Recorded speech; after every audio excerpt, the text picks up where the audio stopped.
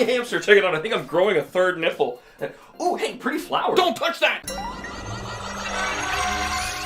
Hey, Daddy.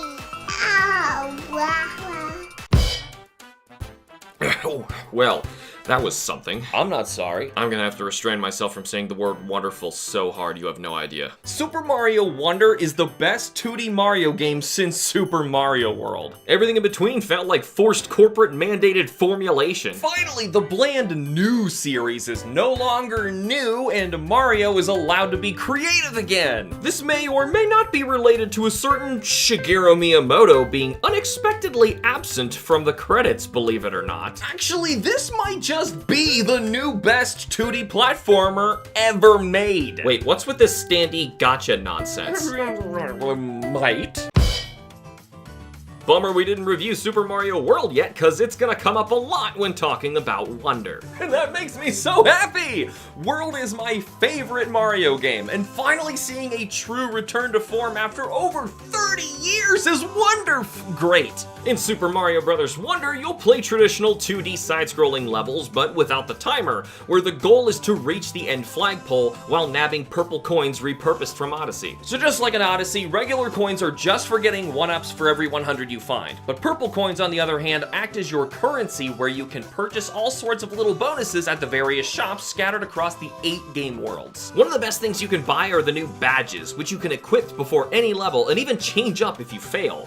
Badges add some sort of minor twist on the gameplay, like giving you a grappling hook, higher jumps, or even some joke hindrances like non-stop running, jumping, or invisibility. I didn't think I'd like straying too far from the vanilla, as some badges looked like they'd break levels wide open. But to my surprise, every level is so well designed that every inch is meticulously crafted to maximize enjoyment no matter the playstyle. It's impressive how well this works. But the real goal of the gameplay is in collecting Wonder Seeds, which you'll earn for finding each exit from a level, finally returning from World, and from completing crazy challenges initiated by touching the new Wonder Flowers. When you grab a Wonder Flower, all sorts of bonkers stuff can happen. Absurd transformations, changing physics or perspectives, anything. And the craziest of all, the game never recycles any of these ideas. Some appear referenced in late game Gauntlet callbacks, but that's it. And even then, it always feels original and fresh. The game is overflowing with creativity in every single level. It also learns a lot from the past 30 years with new cooperative multiplayer, where players can save each other and even work together rather than against each other to complete levels. It also kind of learned from Dark Souls of all games that allowing the passing ghosts of live players around the world to encourage and occasionally lend a helping hand to one another is wonderfully good. I just wish the grind for completing your standee collection wasn't determined by gacha,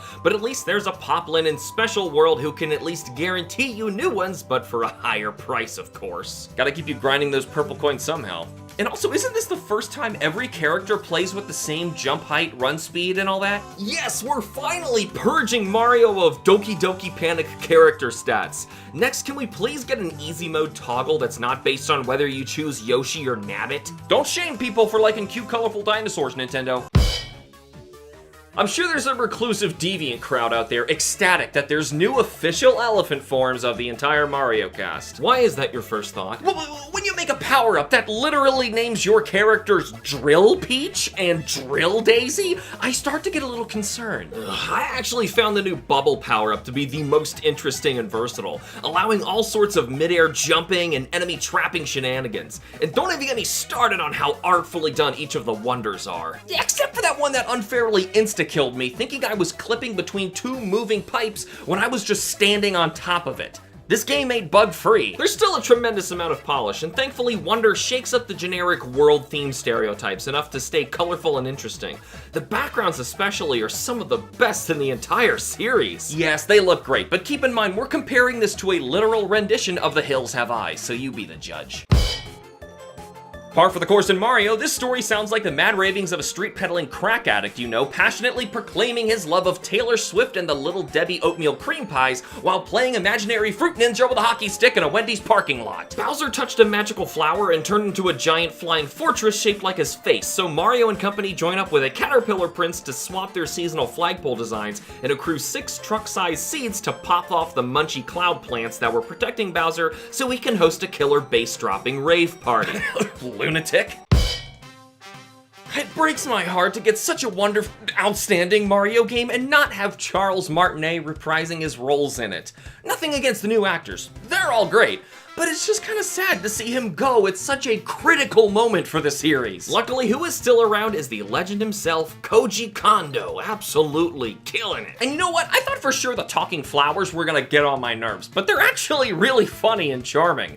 If it weren't for the amusing writing and delivery, they could have easily detracted from the game, but instead they help bring it all to life. But yeah, it's a real shame about losing Charles Martinet as Mario. He's been my Wahoo Man for as long as I can remember. We can't just replace the Wahoo Man. I don't need imitation Wahoos. I need my one true Wahoo Man.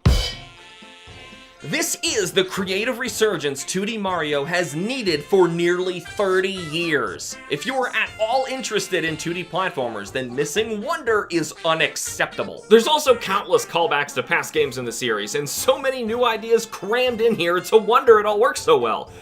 A surprise, rather. Wonderful is just one of my go-to words to describe something that's this good. So, it'll have you grinning from ear to ear from beginning to end. Yeah. But they should have just cut bros from the title. I mean, come on, they knew everybody was just gonna call this Super Mario Wonder anyway. Shut up, the game's wonderful, amazing. The positive gamer in me gives Super Mario Wonder... Oh, well, I guess you're right. See? A wondertastic 9 out of 10. Though it's an undeniable spectacle thrill ride, once it does its thing, there's not much really left there in terms of replay value. What is there, though, is a non-stop fireworks show that never lets up until credits. The critical gamer in me is relieved to finally recognize Super Mario Wonder as the true successor to Super Mario World with a tremendous 10 out of 10. This evolution in form and function is a welcome breath of fresh air for both Mario and the medium in general. What do you think? Let us know how your positive and critical sides rate Super Mario Wonder in the comments below. Oh, hey, look, another flower! Bomb! You're just following yourself. I'm just following myself.